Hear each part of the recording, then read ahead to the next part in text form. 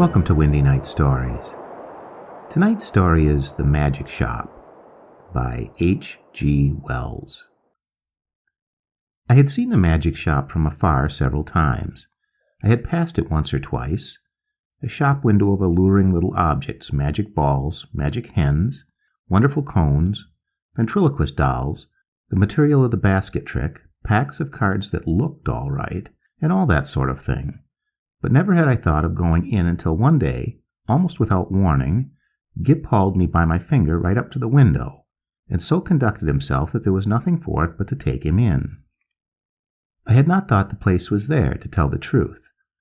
A modest-sized frontage in Regent Street, between the picture shop and the place where the chicks run about just out of patent incubators, but there it was sure enough. I had fancied it was down nearer to the circus, or round the corner in Oxford Street, or even in Holborn.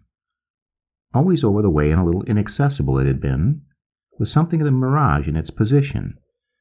But here it was now quite indisputably, and the fat end of Gip's pointing finger made a noise upon the glass.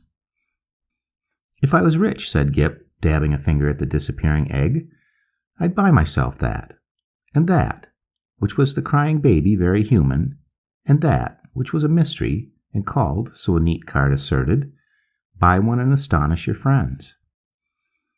"Anything," said Gip, "will disappear under one of those cones. I have read about it in a book. And there, Dada, is the vanishing halfpenny. Only they put it this way up so as we can see how it's done." Gip, dear boy, inherits his mother's breeding, and he did not propose to enter the shop or worry in any way, only, quite unconsciously he lugged my finger doorward, and he made his interest clear. "That," he said, and pointed to the magic bottle. "If you had that," I said, at which promising inquiry he looked up with a sudden radiance. "I could show it to Jessie," he said, thoughtful as ever of others. "It's less than 100 days to your birthday, Gibbles," I said, and laid my hand on the door handle. Gip made no answer, but his grip tightened on my finger, and so we came into the shop. It was no common shop, this. It was a magic shop, and all the prancing precedence Gip could have taken in the matter of mere toys was wanting. He left the burden of the conversation to me. It was a little narrow shop, not very well lit, and the doorbell pinged again with a plaintive note as we closed it behind us. For a moment or so we were alone and could glance about us. There was a tiger in papier-mâché on the glass case that covered the low counter, a grave, kind-eyed tiger that waggled his head in a methodical manner. There were several crystal spheres, a china hand holding magic cards, a stock of magic fish bowls in various sizes, and an immodest magic hat that shamelessly displayed its springs. On the floor were magic mirrors, one to draw you out long and thin, one to swell your head and vanish your legs, and one to make you short and fat like a draught. And while we were laughing at these, the shopman, as I suppose, came in. At any rate, there he was behind the counter, a curious, sallow, dark man, with one ear larger than the other and a chin like the toe cap of a boot. "What can we have the pleasure?" he said, spreading his long magic fingers on the glass case, and so with a start we were aware of him. "I want," I said, "to buy my little boy a few simple tricks." "Legerdemain," he said, "mechanical? Domestic?" "Anything amusing?" said I. Said the shopman, and scratched his head for a moment as if thinking. Then, quite distinctly, he drew from his head a glass ball. "Something in this way," he said, and held it out. The action was unexpected. I had seen the trick done at entertainments endless times before. It's part of a common stock of conjurers, but I had not expected it here. "That's good," I said, with a laugh. "Isn't it?" said the shopman. Gip stretched out his disengaged hand to take this object and found merely a blank palm. "It's in your pocket," said the shopman, and there it was. "How much will it be?" I asked. "We make no charge for glass balls," said the shopman politely. "We get them," he picked one out of his elbow as he spoke, "free." He produced another from the back of his neck, and laid it beside its predecessor on the counter. Gip regarded his glass ball sagely, then directed a look of inquiry at the two on the counter, and finally brought his round-eyed scrutiny to the shopman, who smiled. "You may have those too," said the shopman, "and, if you don't mind, one from my mouth, so." Gip counseled me mutely for a moment, and then in a profound silence put away the 4 balls, resumed my reassuring finger, and nerved himself for the next event. "We get all our smaller tricks in that way," the shopman remarked. I laughed in the manner of one who subscribes to a jest. "Instead of going to the wholesale shop," I said. "Of course it's cheaper."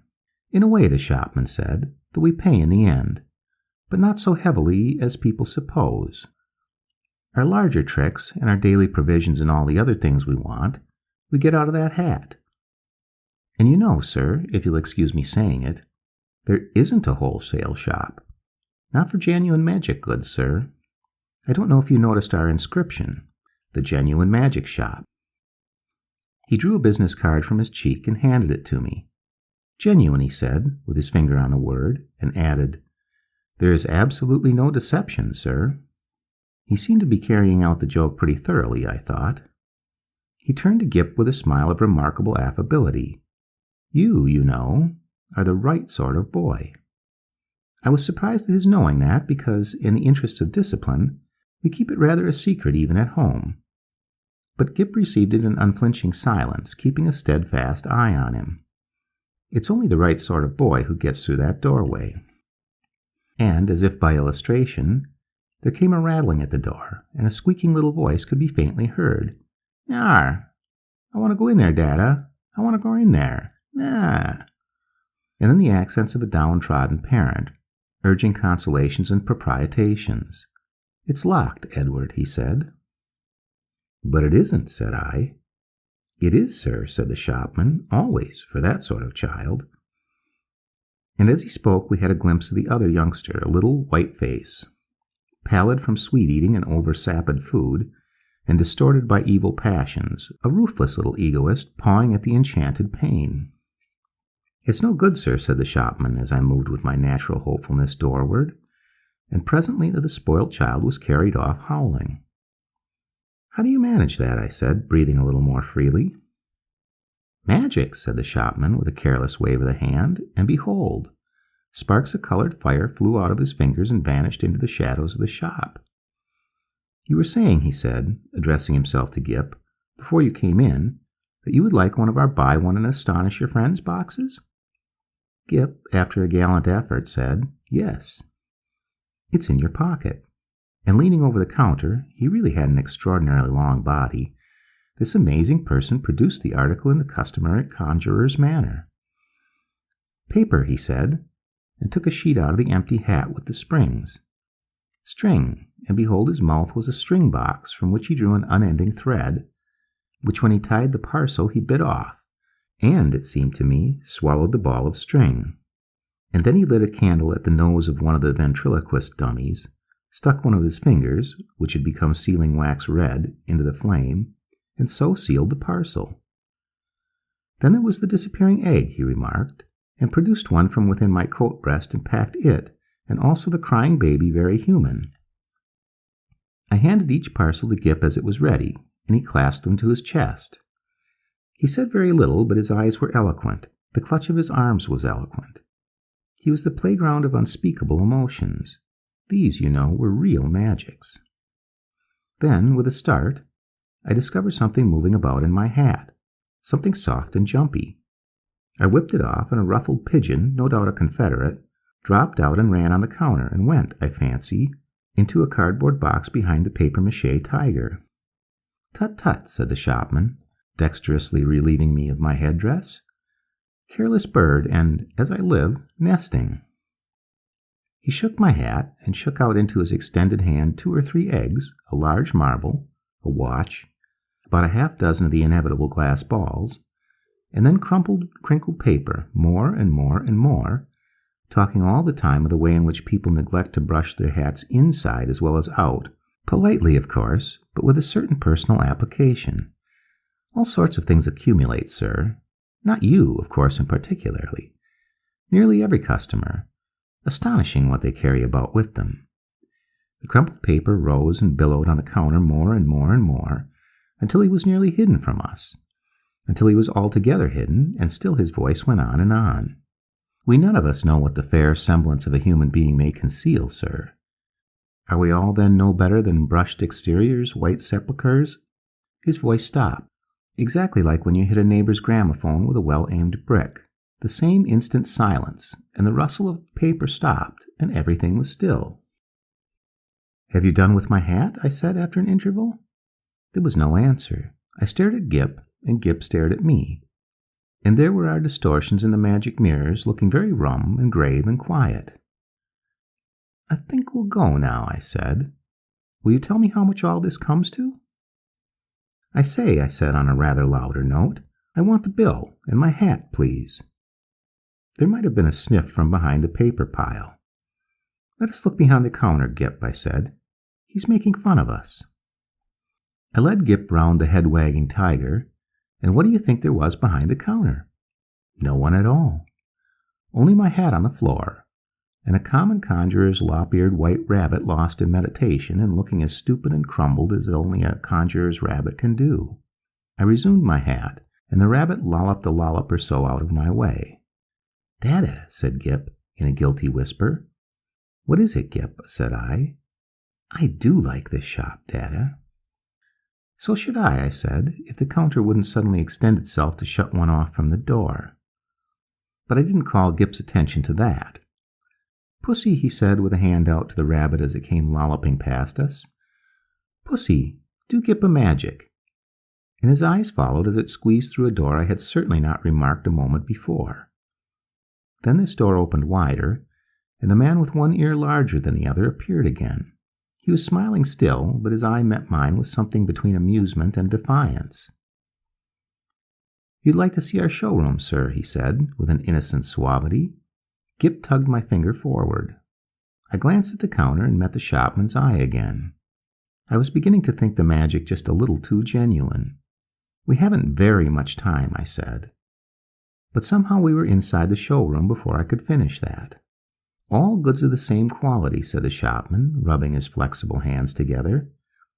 "And that is the best. Nothing in the place that isn't genuine magic and warranted thoroughly rum. Excuse me, sir."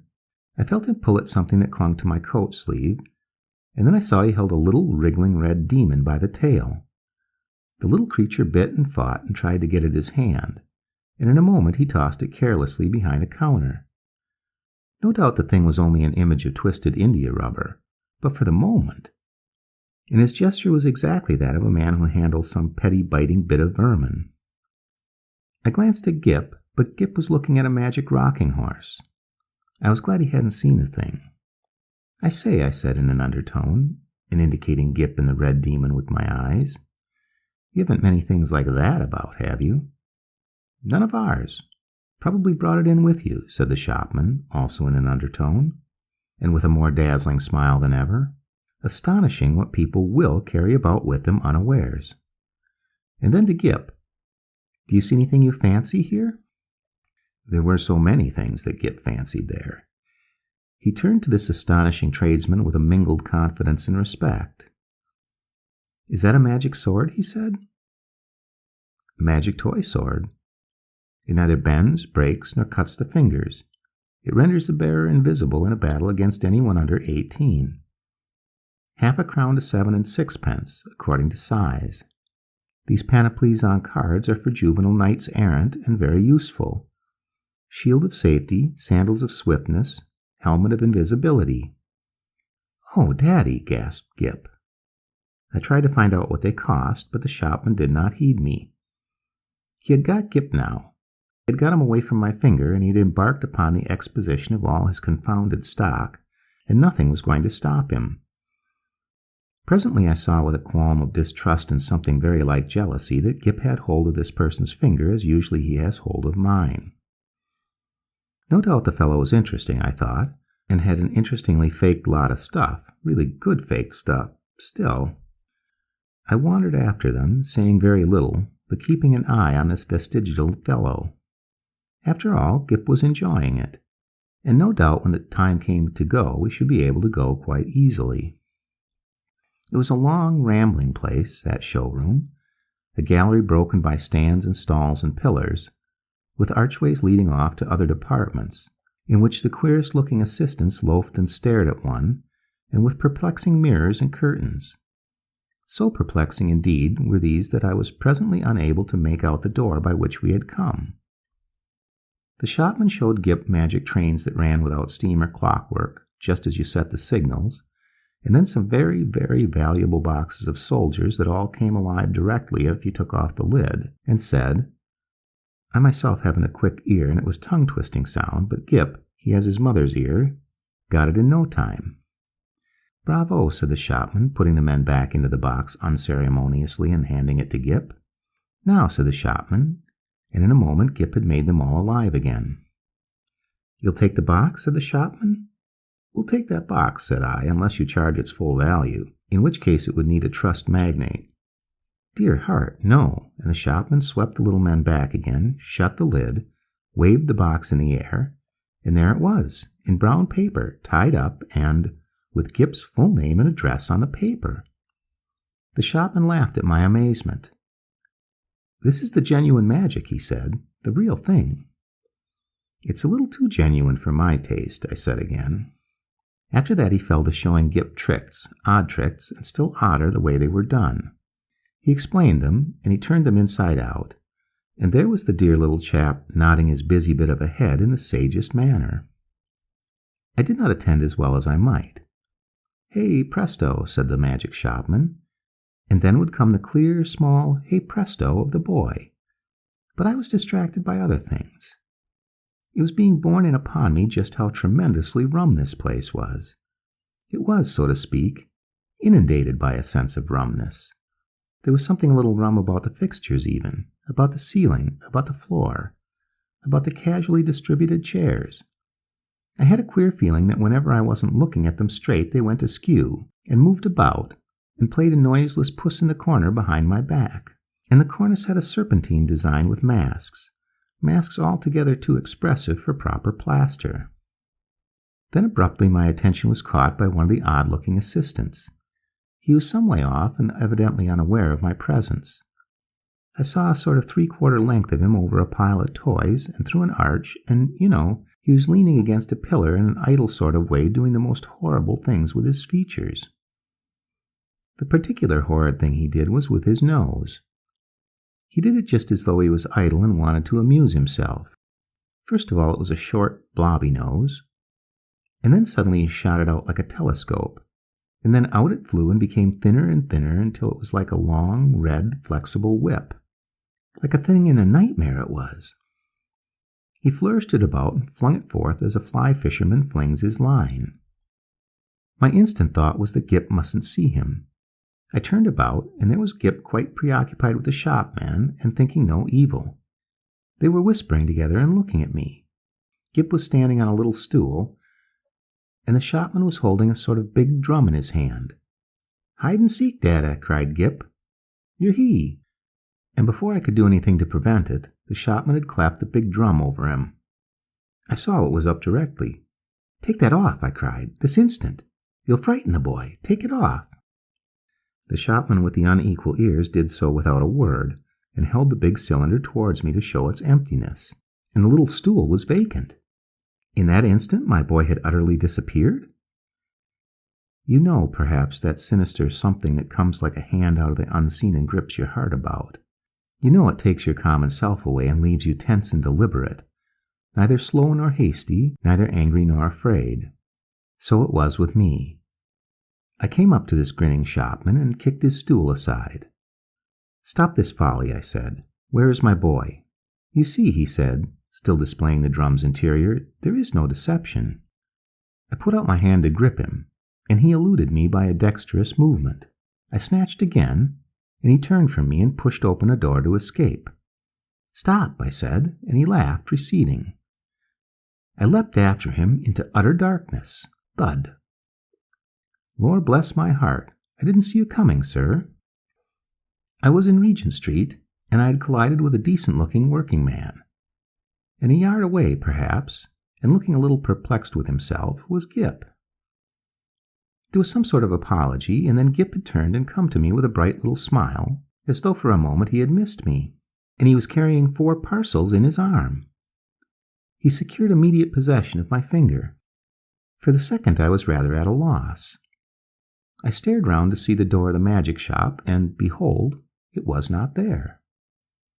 There was no door, no shop, nothing. Only a common pilaster between the shop where they sell the pictures and the window with the chicks. I did the only thing possible in that mental tumult. I walked straight to the curbstone and held up my umbrella for a cab. "Handsome," said Gip, with a note of culminating exultation. I helped him in, recalled my address with an effort, and got in also.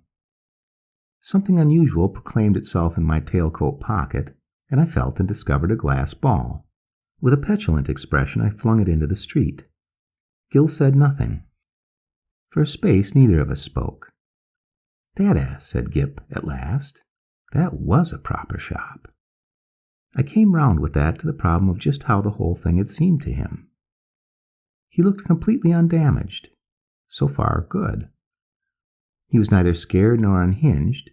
He was simply tremendously satisfied with the afternoon's entertainment, and there in his arms were the 4 parcels. Confound it, what could be in them? I said. "Little boys can't go into shops like that every day." He received this with his usual stoicism, and for a moment I was sorry I was his father and not his mother, and so couldn't suddenly there, coram publico, in our hansom, kiss him. After all, I thought, the thing wasn't so very bad. But it was only when we opened the parcels that I really began to be reassured. 3 of them contained boxes of soldiers, quite ordinary lead soldiers, but of so good a quality as to make Gip altogether forget that originally these parcels had been magic tricks of the only genuine sort. And the 4th contained a kitten, a little living white kitten, in excellent health and appetite and temper. I saw this unpacking with a sort of provisional relief. I hung about in the nursery for quite an unconscionable time. That happened 6 months ago, and now I am beginning to believe it is all right. The kitten has only the magic natural to all kittens, and the soldiers seem as steady a company as any colonel could desire, and Gip, the intelligent parent, will understand that I have to go cautiously with Gip. I went so far as this one day. I said, "How would you like your soldiers to come alive, Gip, and march about by themselves?" "Mine do," said Gip. "I just have to say a word I know before I open the lid." "Then they march about alone?" "Oh, quite, Dada. I shouldn't like them if they didn't do that." I displayed no unbecoming surprise, and since then I have taken occasion to drop in upon him once or twice, unannounced, when the soldiers were about, but so far I have never discovered them performing in anything like a magical manner. It's so difficult to tell. There's also a question of finance. I have an incurable habit of paying bills. I have been up and down Regent Street several times looking for that shop. I am inclined to think, indeed, that in that manner honor is satisfied, and that, since Gip's name and address are known to them, I may very well leave it to these people, whoever they may be, to send in their bill in their own time. The end.